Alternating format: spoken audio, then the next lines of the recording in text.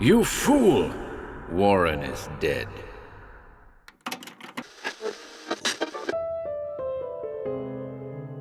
Welcome to HorrorBabble. Today, we've got a tale of Antarctic horror in store for you. The Polar Vortex, by the obscure American author Malcolm Ferguson, first appeared in Weird Tales magazine in September 1946. It was described as follows: a curiously terrible experiment of blasphemous implications.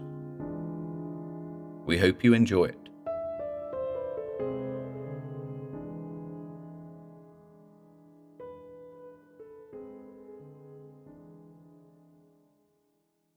The Polar Vortex, by Malcolm Ferguson. Among the effects of the late Leopold Lemming, multimillionaire turned scientist and dabbler, was a small battered old chest containing several hundred yards of wire on which had been recorded sounds, and a 200-page transcript of an experiment. Lemming had made his money in real estate, which is quite another thing from science, and, in spite of his considerably advantageous investments in new scientific inventions, most people thought of Lemming as a shrewd businessman and only a dabbler in the sciences, or, as they put it, the pseudosciences. This opinion continued throughout the estate's auction at the appearance of such fantastic objects as rune-hilted swords, waxen images of notables, volumes of Paracelsus, the Book of the Dead, and Cotton Mather, all copiously annotated in a cryptic shorthand, with now and then a vehement objection bursting into English, as he disagreed with one or another of these. There were quite a number of these objects, some common, some very esoteric indeed, but all apparently appraised as to their validity. Then there were volumes on the sciences, astronomy, mathematics, physics predominantly, all bearing this code of the modern peeps, whose choice of objects was so strange. The most curious acquisition made from Lemming's effects, however, was the battered old chest, which contained the manuscript in English, the dictaphone wire, and a small sheaf of notes, which turned out to be the casebook of an experiment Lemming had made in connection with his observatory at the South Pole. These effects gave evidence of a shocking ruthlessness, blindly idolatrous to the acquisition of scientific knowledge, revealing a curiously terrible experiment which could be pieced together from the notebook Lemming used and the wire reel. The Casebook of Daniel Imbrifer. 1st of February. I'm opening this notebook with high hopes. I think Daniel Imbrifer will be an excellent subject. Clerk by day, student by night, he strives with the valor of Prometheus. He'll do. And now, 2 years to the day since I laid the cornerstone of the glass-domed observatory at the South Magnetic Pole, I've met him in a bookstore, vastly hungering for knowledge, and for as much as he could not buy both books and food. Just under 6 foot tall, raven-haired, that he was a fathomer of dark pools was reflected in his eyes. I hope to plumb the depths of those pools and stir them into a mad wrath that spews up the long-hidden debris of their deepest abysms. I want to whip up such a tidal frenzy in his mind that all surface craft will be lost, and derelict thoughts be riven from their mud-moored deeps. But not a bit of this eagerness could be seen in my casual introduction, as we both groped for the same book. In a moment he knew me from various news photos and articles. We talked, I feigning interest in several odd volumes, he unfolding forthright views on science and myth alike under my discreet probings, proving with every word to be the man I wanted for my experiment. A noble mind, full of youthful energy, impatient to storm the gates of wisdom. 17th of March. Imbrifer and I sat late in my library, and over the third highball I showed him the model of my Antarctic planetarium. I had mentioned it often. Now I was ready. I explained to him that there was to be a council of scientists there, and cunningly interwove names known to him and names known only to my mind. I spoke with regret of my unsuccessful attempts to get someone who could represent the layman, since all these men had pursued their theory so long that they were blind to all others. A good pupil demands clear expression from his teacher, and often finds the weak places in an exposition, I argued. With such a student, we could inaugurate a series of round-table discussions, of seminars, of papers and paper chases. How could he be anything but impressed by this, and by the model of the sheer glass, double-thick hemisphere in the deserted waste of the Antarctic, whose winter is a perpetual night? I disassembled the model and showed him the subterranean dynamo, the storage passageways, enough devices to ensure the safety of a dozen men for a year at least. I showed him the telescope alongside the observatory, which, even in the model, could be raised cunningly from its garage just as coastal guns are brought into place. And Imber saw that the telescope could fathom the skies, recording on the deep screen before him what it probed, as if on an oversized television screen. It's a delicate machine, yet especially made to withstand cold, with the advantage that in the winter nights of the South Polar region there are a minimum of deflecting heat waves. Imber took it all in, and I've taken him in. He's hooked. I've yet to get him to take the custodianship of the place until the conference starts. Say a month from the time we leave him there, flying away, his eye fixed as a cyclops' on the sky. I have yet to explain to him the apparatus for projecting an artificial skyscraper in cloudy weather. Perhaps I'll leave that until he gets there. But he's a prober, all concerned for the science of the thing, lured to look at the fascinating, and away from my magic-making skullduggery, teasing his mind to reveal its secrets, catching himself in superstitions and intimations of mortality, and then perplexing himself with why, anon playing cat and mouse with a whim, letting it go and catching it again. 29th of March. It is agreed. Daniel Imber will fly with me on the 14th of next month. I promised him the crop's cream of scientists, and so regaled him. He's to represent every man, or his equivalent in the inquiring man of today, at this intellectual Olympiad. While most of this is secret, I have had his picture taken as assisting me in research, and it's appearing in newspapers here and there. For 1 month, I told him yesterday, he is to be the sole caretaker at the Polar Observatory, relieving the 4 men now on duty there. He is to study the earth and the heavens, the vast deeps of space, and the tiny realm of man.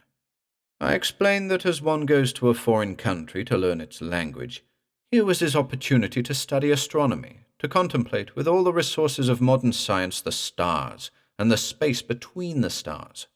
But little does he realize, storming the gates of wisdom, that this may be too much, that like no other man on earth, this world will be too little with him. Of course, I've shown him that physically he will be quite safe. Physically, yes, as snug as a bug in a rug. Auxiliary heating equipment, an emergency dynamo, and an oil heating system if these should fail. A veritable anthill of tunnels, stocked with more food than such a student as he was used to, rayed out, dry, cool, and air-conditioned, into the ice and frozen earth below. 14th of April. At the South Pole. The giant plane landed on the rough ice outside, taxiing to within 100 yards of the polished dome, which had kept its perfect sheen under the combined protection of an oil which prevents blown ice particles from forming and piling up, an invisibly fine-veined de-icing system raying throughout the sheer glass dome, and a judicious placing of the observatory at the bottom of a shallow bowl, which is perpetually scooped by the winds themselves, yet is shallow enough to give the observatory an excellent horizon. The 4 caretakers, on shift for a month, greeted us enthusiastically. I have to keep them as much out of Imber's way as I can, and exert all care that they pack their books and cards and magazines and games, with which they pass the time and beat boredom back. I hit on the scheme of opposing such vain frivolities for my student friend with a sanctimonious air that was quite out of my character. 15th of April. At the South Pole. Or, to be technical, at the hypothetical magnetic South Pole, diametrically antipodal to the magnetic North Pole. Today I leave Daniel Imberfer to his studies, to burn the midnight oil in the uninterrupted Antarctic night, and with problems as ponderable as the night is long. He and I checked the observatory's apparatus, its temperature kept evenly at a chilly 58.6 degrees Fahrenheit, its air conditioning functioning perfectly, preventing heat waves from piling up under the dome, but creating a steady, fountain-shaped current of air and keeping sight of the stars undistorted. And below us purred this giant dynamo with a low, even pulsing, which was barely perceptible. The lighting in the dome has been cut down to 3 shielded stroboscopic lights. One casts a one light over a study table, another at the head of the bed on a gooseneck to swing over the low bookshelf, the third by the apparatus for raising the telescope. This was the extent of the furniture under the dome, and the smooth, heavy steel floor has only the trapdoor leading to the underground plant in the center. Around this is a steel ring, flush with the floor, which will reveal its purpose to Imberfer in a short while. I checked its mechanism, as delicate as a watch, and found that when heavy clouds obscure the heavens, the electric eye will release a jetty vapor to fill the empty airspace between the inner and outer layer of glass in the dome. The ring in the floor will become a band of light, projecting on the dome's vapid black an exact replica of the heavens, as they would have appeared as the earth turns. And just as readily, the cunning show gives way to the real one. Perhaps this device will ignite the powder train which will set fire to Imberfer's brain, until he feels a tottery atlas indeed. This device I set in motion, and yet one more. The dictaphone, whose wires will start with every sound and stop with every silence, catching every stirring above the pounding of the pulses in the brain's turbine. So.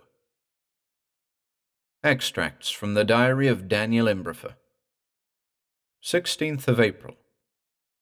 At 13:50 hours by my watch, Mr. Lemming and his 4 caretakers left, having instructed me thoroughly regarding the equipment I will need to use here.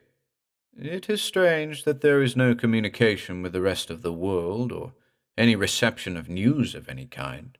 I objected strongly when he started to take the radio out, but he flew into such a rage that I finally let him have his way. He has an outline study program prepared, with questions for me to ponder. Insolvable questions categorically stated about dwarf stars, variable stars, comets, nebulae, gravitational pulls, orbits, the origin of the Milky Way, and its present direction of movement. The bookcase contains a dozen books on astronomy, celestial navigation, and mathematics, plus a strange typescript volume containing a collection of folklore and mythology concerning man's contemplation of the heavens. Selections from Pliny, Max Muller, Sigmund Freud, Sir James Fraser, Oswald Spengler, Dean Swift, Fiona MacLeod, Andrew Lang, Novalis, and the literature of ancient Egypt and Arabia, all showing man's perplexed fascination with the night sky. But all my scrambling around is but the reflection of my loneliness, for immediately as the green castor and red pollux on the plane's wings grew dim against the less colorful stars, loneliness rushed to my heart and took possession of my marrow. This tiny toadstool at the earth's Ultima Thule was to be my place of vigil. Well, I must stick it out now. If all goes well, I can afford to try a few experiments of my own after all this. 18th of April. The sky being brilliant, I summoned the Sentinel telescope and swept the heavens, the stars crystal clear in the Antarctic cold. Those of higher magnitude delineated as suspended in space, but what caught my eye as I followed the majestic sweep of the Milky Way across the sky was a void, an empty well in the sky, a sudden break in the spate of stars. This hole or blind spot is remarkably situated to catch the eye, being near the zenith in the lower left quadrant of the Southern Cross. Find the Southern Cross, the cynosure of all navigators below the equator, and this void gapes before you. It is the coal sack, gaping utterly devoid of stars from this hemisphere's most conspicuous spot. 20th of April.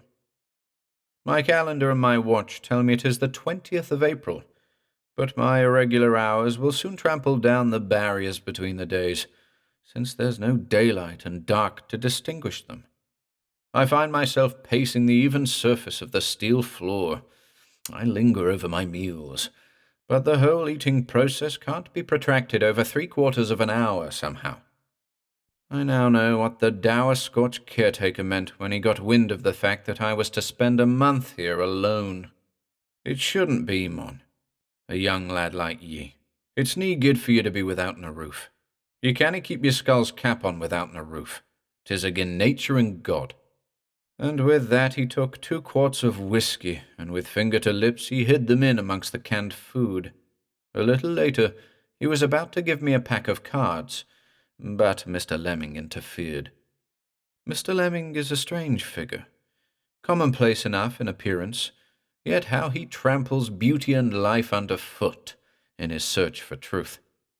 Doesn't he realize that truth should be cut in chunks man can swallow?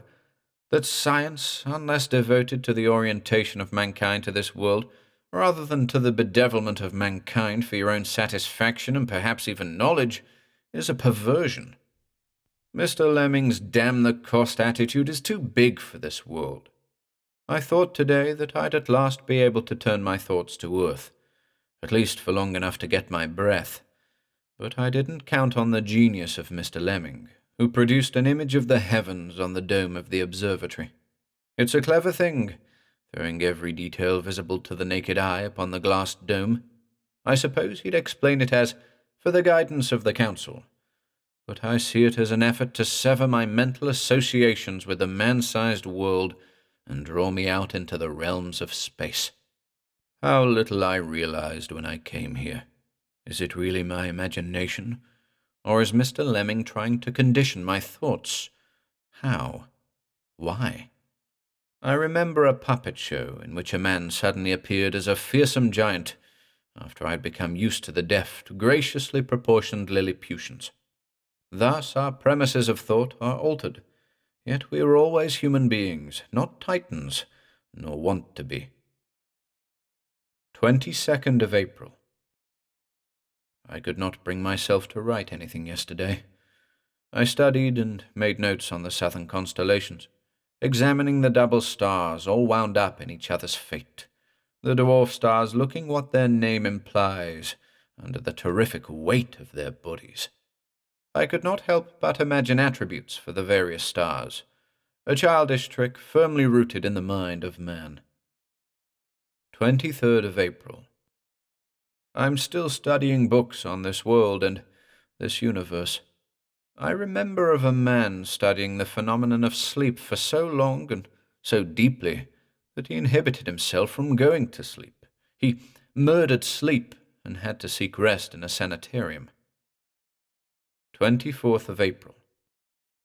After writing the words above, I went to sleep readily enough, but awoke in sudden fright, somehow startled, perhaps by a cramped position. The first thing I saw was that baleful emptiness, the coal sack yawning like an ape's gape in the night, dark in a world of dark. 25th of April. Tired. I had better not write. Brain fag. Sorry, Imbrifer, old boy, but the first person is not well. 26th of April. Today, I took one of the books and went downstairs, but the lighting is bad. I could feel the stars above me if I could not see them.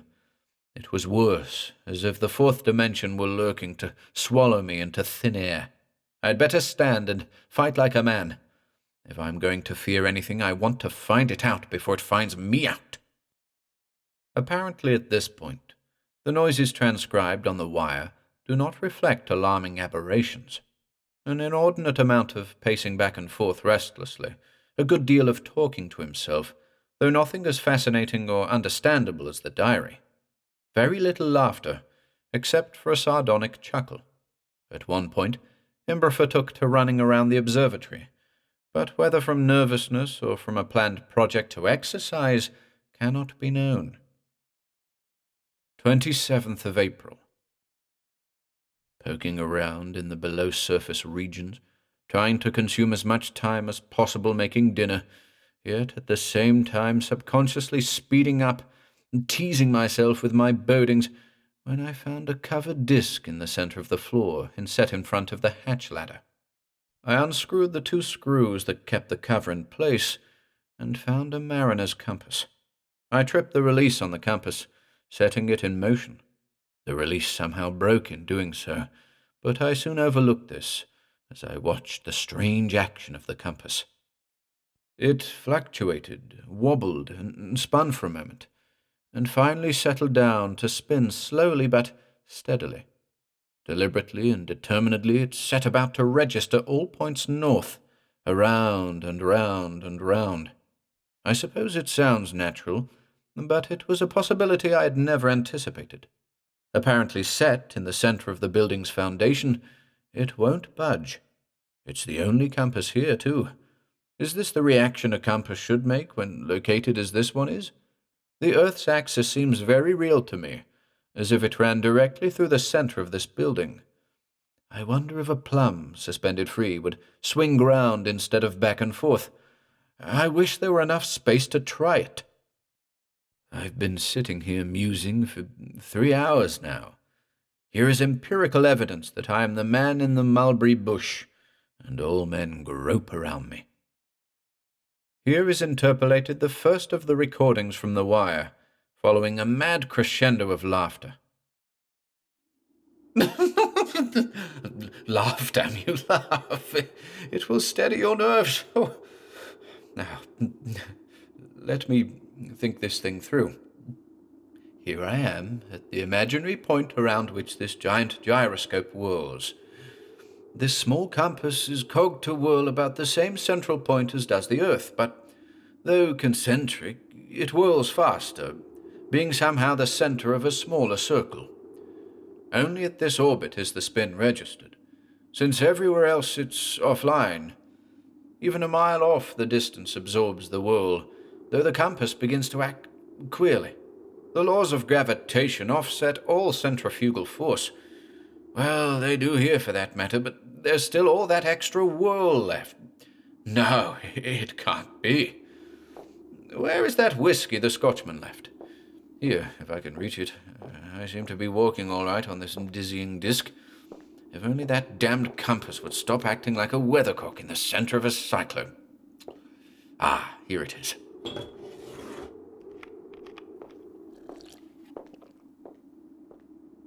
Tell me why the stars do shine. Say, that's good. It's a long time since I sang that in church. Tell me why the stars do shine. Tell me why the ivy twines. Tell me why the sky's so blue. How about that ivy business? That's strange. North of the equator it spins counterclockwise, just like a cyclone. South of the equator the vine twines clockwise, just like the cyclone. At the equator the effect is most dissipated. No crises there. But at the center of this little O, this orb, it spirals to beat hell. And that, as Kipling would say if he had been drinking, is why we have no ivy at the poles. It's also why you don't see streamers around the South Pole come May Day. 28th of April. I awoke lying across my bed, feeling rotten, fully dressed. I am not a drinking man, and feel down at the edges. But perhaps it's a good thing.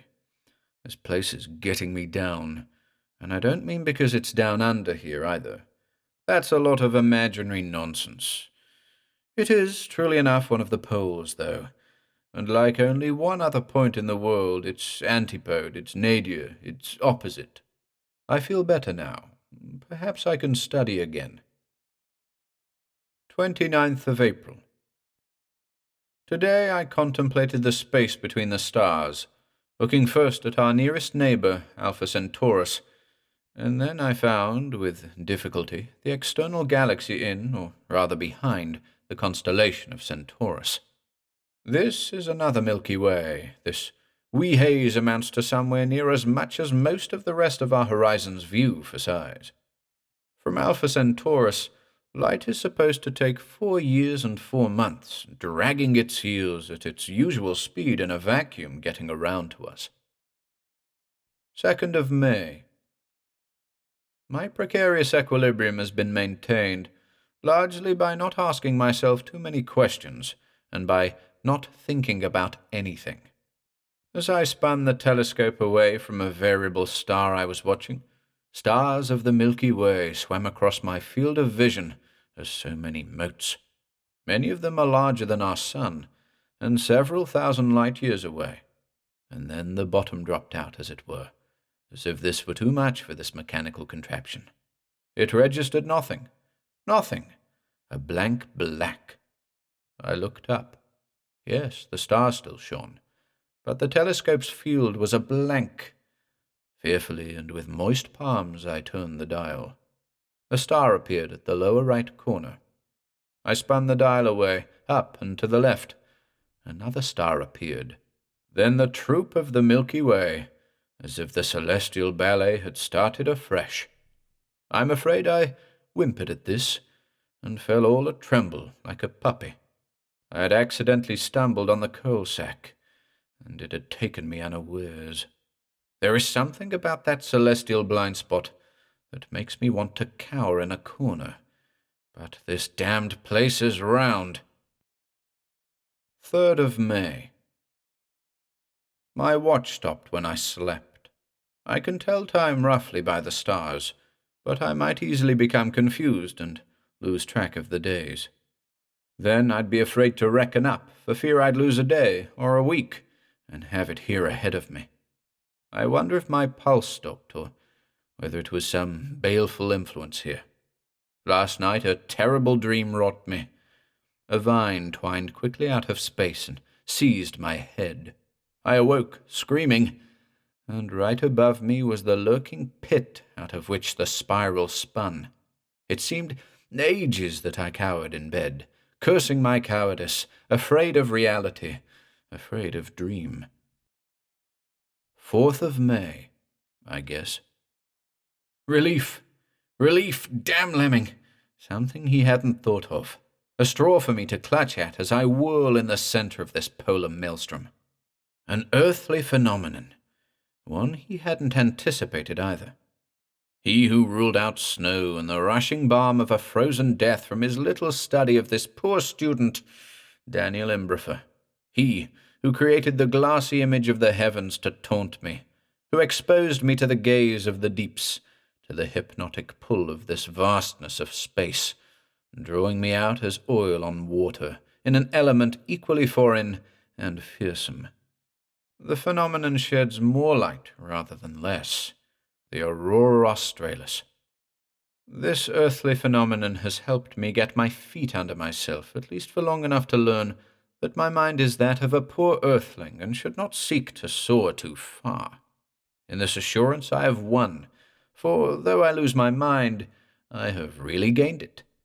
Life surges back, and the pulses pace for a moment more sedately. At first the aurora australis marched slowly in crackling white radiance, as if the atmosphere were raining manna. Then in colored energy, dancing from horizon to horizon, taking in its bounds at a boar's oil leap.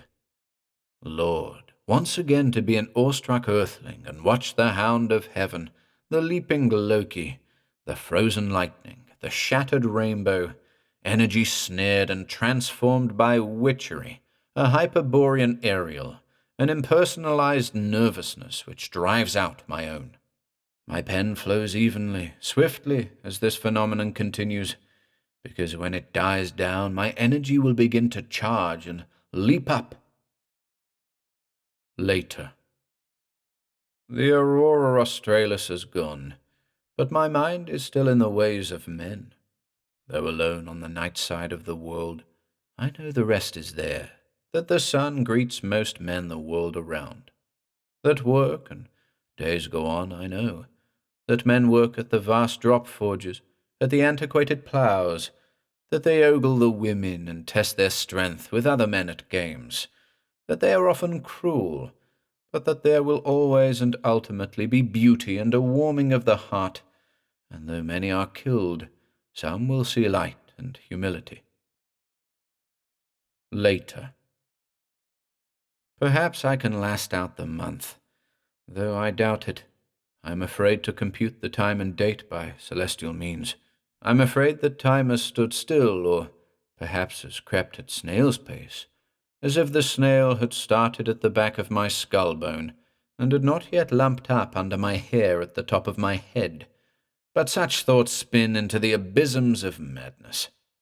And yet even unafflicted people use mad concepts, though they no more realize than they do the fact the earth is spinning and time speeding with it, though they see that the sun rises and sets while I do not. This morning I awoke quietly, and kept a blanket over my head until I had my wits about me. Then boldly looked out at the sky sinking into infinity, suspended in infinity. I think I can stand it today, though. I tried to make a deck of cards, but fearing I would become superstitious as luck played tricks with me. I would have embodied luck as an unseen presence behind me, fearfully pointing a skeletal hand at a card. And there is enough behind me that I have to keep driving back mentally. Sometimes obsession rides my back like a twining corpse. I will choose my thoughts carefully today being determined as the period until I grow sufficiently tired to seek rest. I cast about me for something to do, to keep me occupied. In this calm moment I see that it is quite probable that Lemming did, wholly by design, plan to use me as his guinea pig. Since one man has willed that this be so, and since I cannot alter it, I will let this record continue as long as it will to express this emotional disbursement and end either when I'm rescued or as it will. From the wire dictaphone. I am alone on earth. Once there were Adam and Eve, and pinch me. Adam and Eve have gone off and left me here all alone. I make the world go round on course, on time. But what if I should fall asleep and it should stop, and the rest of the universe be spinning except the world? There's a good boy. Crank the spit. If I could only really tell why I turn this world around. It's all in your imagination, Danny. It's all in your imagination. Damn that blasphemous compass. I'll break it. That's what I'll do. I'll get something heavy and drop it on it. This chair will do. There, that's better, but... oh, it gapes like an empty socket. What have I done? Now the diary again. Later. Yesterday I broke the compass, but I solved nothing by that. It still goes around in my mind. I was childish, and I am just aggravating myself. I am sorry. It would be better if I left it undamaged. Then I could see that things are as they are and get a foothold on facts that are fast eluding me. The wire record again. Yes, stop whirling. That ape's hairy black arm grasping the world from that ebb and emptiness of the coal sack turned inside out. Stop spinning me swiveling. Too fast. The world grasped as seaweed clenches a clam, but whirling as the ape's arm spins it. Unkinking. No. Grasping hand, pressing palm, sweat, pulled. It's me you want. Wait. I'll stand at the nub's hub. I'll howl it down. Yeah! Notes of Mr. Leopold Lemming. The body of Daniel Imbrifer was found at the foot of his bed, his feet tangled in bedclothes, his skull broken on the steel floor. He had apparently set out to stand astride this mad world. I wonder. Fortunately, I entered first, well expecting such a discovery. The crew of the ship is quite different from the one which took me away 2.5 months ago. Both crews believe I left Imbrifer for only a week, though he anticipated a month's stay only. And no one knows the devices I have here. Not all of them, or why. Now, before they come in, I will gather and put aside all the data on Imbrifer. Here comes the pilot. I'll be shocked at my discovery. Within 24 hours, we should leave here.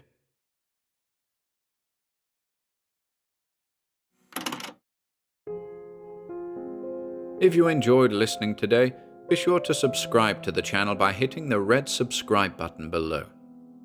After doing so, click the bell icon next to the subscribe button to receive new content notifications. If you'd like to support our work and receive exclusive perks, consider becoming a channel member by clicking the join button below. To support us in other ways, see the video description for links to our Bandcamp and Patreon pages, our merch store over at Teespring, and further information relating to our releases on Audible, iTunes, and Spotify. And until next time,